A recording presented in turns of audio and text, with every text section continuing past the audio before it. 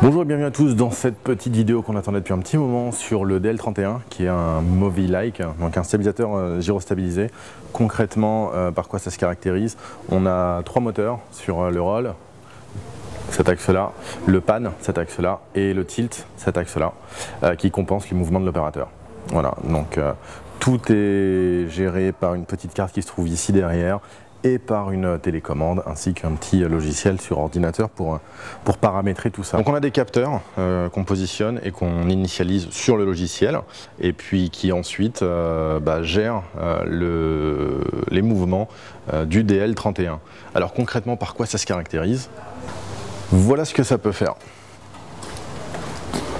Donc vous l'avez tous vu, je pense, cette vidéo, si vous vous intéressez un petit peu au Movi, la personne qui tourne autour de sa caméra. Voilà, c'est les capteurs qui permettent de faire ça. Donc, je peux bouger dans tous les sens. La caméra reste parfaitement droite. Je peux faire des plans très bas du sol et remonter et faire un plan grue.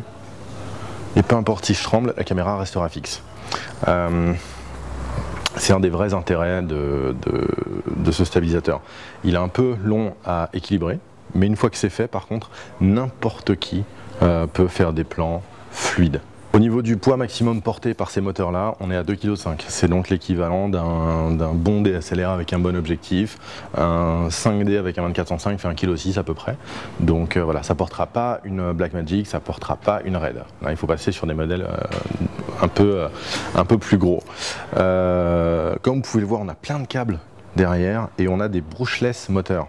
Ce sont des petits moteurs qui ne font absolument aucun bruit, sont très sensibles à l'humidité et à la pluie. Alors pourquoi est-ce que tous les câbles sont apparents et pourquoi il n'y a pas trop de protection? Tout simplement parce qu'on porte le tout à bout de bras. Alors c'est très léger, c'est tout en carbone, mais si on devait rajouter en plus des coques pour protéger et cacher tous ces câbles, ça deviendrait un petit peu lourd forcément à bout de bras.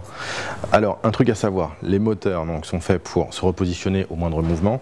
Si par contre il vous arrivait de toucher malencontreusement avec votre coude, votre hanche ou votre ventre le gimbal, cette partie-là, toute cette partie inférieure, il va falloir 2-3 secondes avant que ça redevienne, ça reprenne sa forme initiale. Là ça vibre un petit peu, c'est inutilisable, il se recalibre, et voilà, et là à nouveau on peut s'en servir. Donc si jamais vous le heurtez, c'est très sensible, hein. Donc si vous le heurtez avec votre genou ou avec votre hanche, c'est normal que ça vibrote. Au niveau de la durée des batteries, comptez environ 2 heures par batterie ici, sachant qu'il y a également une batterie dans la télécommande, parce que c'est radiocommandé.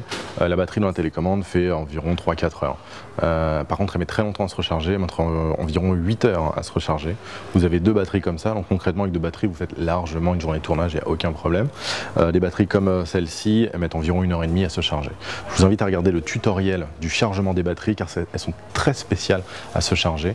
Regardez dans le tutoriel équilibrage qui est une autre vidéo sur la même page où vous verrez comment équilibrer le bazar et aussi comment charger les batteries. Alors au niveau de la manipulation maintenant, on a 2 modes de manipulation. On a le mode on va dire normal, standard. On a un cadreur qui tient le DL31 qui se promène avec, tandis qu'un autre opérateur gère les mouvements de la caméra avec la télécommande. Vous voyez, la tête est motorisée. Donc l'autre opérateur peut faire les mouvements qu'il veut à la caméra.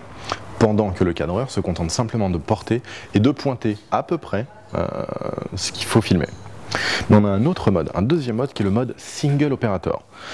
Donc en l'activant sur ma télécommande, je vous invite à regarder la même vidéo d'équilibrage dans laquelle j'explique ce mode-là.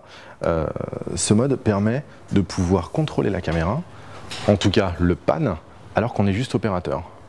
Ouais, la caméra tourne avec moi. Voilà. Donc deux modes de réglage. Si vous passez d'un mode à l'autre, assurez-vous que la caméra soit bien dans son bon axe. Ne le faites pas quand la caméra est de travers ici. D'accord ? Faites-le avec la caméra dans le bon axe. Ça c'est important. C'est à peu près tout ce qu'il y a à savoir. Vous pouvez évidemment poser sur le DL31 un petit retour moniteur, par exemple sur la petite tête qui est ici. Et si vous êtes équipé d'un retour vidéo HF, vous pouvez également mettre un vidéo HF pour l'opérateur qui contrôle la tête avec la télécommande. Voilà. Maintenant c'est le temps des images. On va faire 2-3 petites images et on va vous montrer qu'est-ce qu'on peut faire avec le DL31.